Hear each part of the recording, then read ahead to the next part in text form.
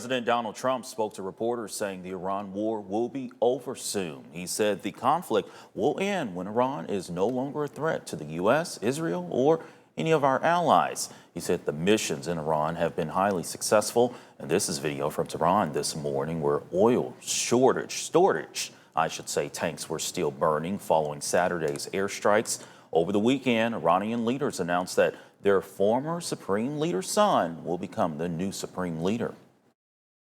It's the beginning of building a new country, but they have no Navy, they have no Air Force, they have no anti-aircraft equipment. It's all been blown up. You mean the new supreme leader?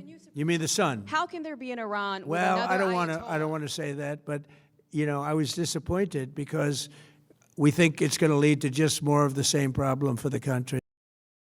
Trump also downplayed the jump in oil and gas prices, but said that he will be waiving oil sanctions to help reduce prices.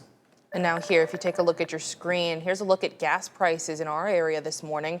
Now on the Iowa side of the Quad Cities, today's average for a gallon of gas is $3.22. Now that's up 4 cents from yesterday. And on the Illinois side of the Quad Cities, it's $3.43, which is up 14 cents from yesterday. The national average for a gallon of gas is $3.54, which is overall a 7-cent increase from the day before. This is all according to data from AAA.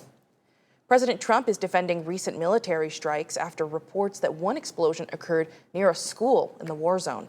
The president said the target was a legitimate military site and insisted that U.S. forces take steps to avoid civilian casualties. Officials say the strike was aimed at infrastructure that's been linked to Iranian-backed forces. However, images from the area show damage near civilian buildings. Human rights groups are calling for further investigations as the fighting continues. Rescue crews in Iran are continuing the search for survivors after deadly strikes leveled buildings in several areas.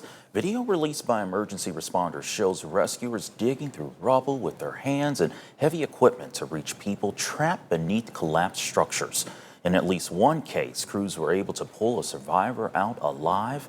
Officials say search and rescue operations are ongoing as teams work to locate anyone still trapped.